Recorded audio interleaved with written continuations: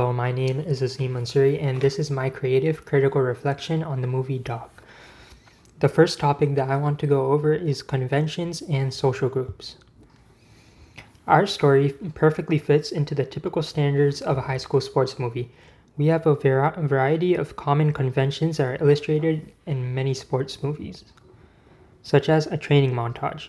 At the start of the film, we showcase a training montage for Chris, the main character.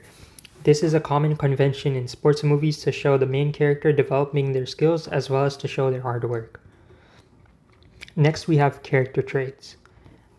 Our main character has a lot of traits that a main character of a sports movie often possesses.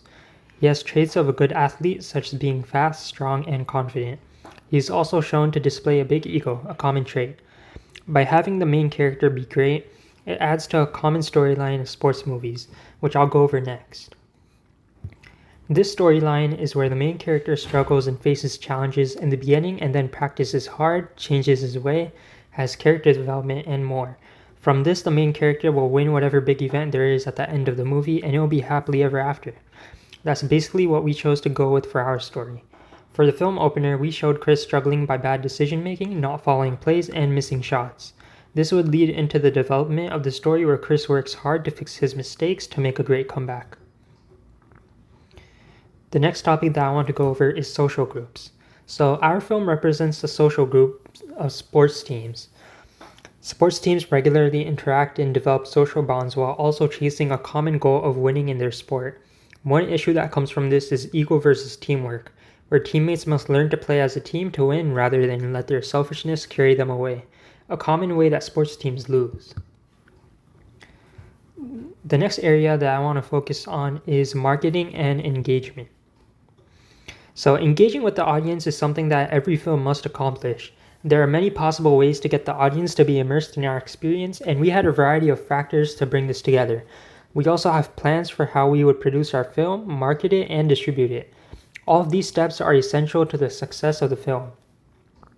So the first thing is fast pacing. We kept our film very fast paced with non-stop action on screen. In the 2 minutes alone of our film opener, we showcase shooting practice, the game, and the post-game meltdown. The fast pacing keeps the audience engaged by creating excitement and anticipation for what's to come. Continuously delivering action-filled moments maintains their interest and prevents boredom from coming to their mind. We also made sure not to overdo it so that they don't lose track and get confused. Next, we have suspense. Suspense is what keeps the audience on the edge of their seats and look forward to what happens next. For example, our timeout scene served as a way to build suspense for the final play of the game, if they win or lose. By creating suspense, we were able to make the scene more captivating and memorable for the audience to remember. It also adds for future engagement as they would remember the scene of the film vividly. And next we have visuals and sound. So good visual quality is key to keeping the audience engaged. By having a good camera with high resolution, the audience will be able to enjoy watching the film. Bad quality would take away interest and make them feel disgusted. In addition, audio is equally important as visuals are. The film needs a good audio quality so that they understand what the people are saying. Furthermore, adding fitting music will enhance the audience's immersion into the film itself. Next we have distribution. So in the theatrical world, your name is everything. So to get our film produced and distributed, we would partner up with 20th Century Studios. They're one of the big 6 film studios in North America, known for making great movies such as Star Wars, Avatar, and Deadpool. The prestige of the company would be associated with our film and boost interest and viewer rates. Personally, I've come to recognize their title sequence at the beginning of films and have thought of them as a top-tier studio. And after the film's run in theater concludes, we will then distribute the film in multiple ways. First, we will sell the movie on DVD and Blu-ray, in which people buy a CD of the movie and keep it forever. The next method of distribution is streaming services, which is a lot more popular today. 20th Century Studios is owned by Disney Studios, who own Disney Plus, and by putting the movie on there, it will be available for the 125 million people subscribed to the service to watch. And next we have production and marketing. So 20th Century Studios are experienced at producing theatrical films and would ensure that our film is the best that it can be. Moreover, being with 20th Century Studios would make it easier to market the film. We would be able to put out trailers, advertise on social media, have premiere viewing, and have promotional sessions such as Q&As with the actors and red carpet events. The next topic that I want to go over is production skills. Since the start of the filming and editing process, I've learned and practiced a variety of different skills. As the chief of filming and editing for the project, learning the skills were necessary to produce the best film that I could. So without further ado, these are the skills that I've learned. Number 1 is transferring video. It's one of the most essential skills I learned, and transferring videos from my phone to the computer, I had to get a wire and connect my phone to the computer with it. So from there, I had to browse my file explorer and find the different videos. This was a little difficult considering all the different folders, but I found my way around. Another difficulty that came from this was keeping the video colors the same when transferring the videos.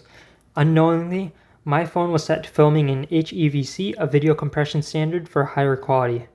However, when I sent it to my editing software, it washed out the colors. I solved this by putting the videos in an editing software on my phone and then transferring it. Also, I switched from HVC to H.264 for the next filming session, which is a way more compatible method. Number 2, we have title sequence. To make a film opener, we needed to add a title sequence. This included adding the title of the movie as well as opening credits. For this, I needed to find a proper placement to put them. For the credits, I added them throughout the opener in areas where it is clear and isn't obstructive with the film. For the title, I added it at the end of the opener by itself to close the scene. Furthermore, I learned how to add animations for the entry and exit of the credits. I used the software Canva for this, which had animation choices such as rise, fade, and blur. I chose the ones that fit as well as the ones with good speed to complement the movement on screen. Next, we have cutting. So cutting involves cutting the film, music, and audio. I had to cut a lot of the film to make it fit the time limit of 2 minutes as well as make sure no important moments are removed. Cutting the music was more about finding parts of the song and matching it to the moments on screen. We also had to cut out audio in certain moments to cut out unwanted noise, such as the actors accidentally commenting on something aloud. I also needed to match up voiceovers and fit them to audio that's already in the video. Lastly, we have transitions. To edit the video, I learned how to add transitions, and to do this, I had to connect 2 clips together and merge them by adding a transition from the options available. These options were like fade, burn, and wipe. I made sure not to overuse them and use the ones that fit with the film. The last area that I want to go over is technology integration. Integrating technology in my project involved working with cameras, editing software, and a blogging website. So the camera. To film our video, we obviously needed a camera. I used my own phone's camera because it had 4K 60 FPS quality, so this is a really high quality. With my camera, we were able to capture video in pristine quality and use the modes it offers, such as Super Steady for smoothness. Next, we have an editing software. Well, 2 actually. So I used 2 editing programs, which were Microsoft Clipchamp and Canva. With these programs, I was able to put together all the components of the film and make it flow smoothly. I learned to use all the different features for effects, transitions, animations, and more. And next we have blogging. So to give updates on my progress, I blogged using blogger.com. This app was easy to set up to the theme I wanted, and I was able to easily post blogs on a regular basis. Posting on a blog was a great way to keep readers informed as well as track my own progress for the film. And that's it for my creative critical reflection on the movie opener Dawg. Thank you.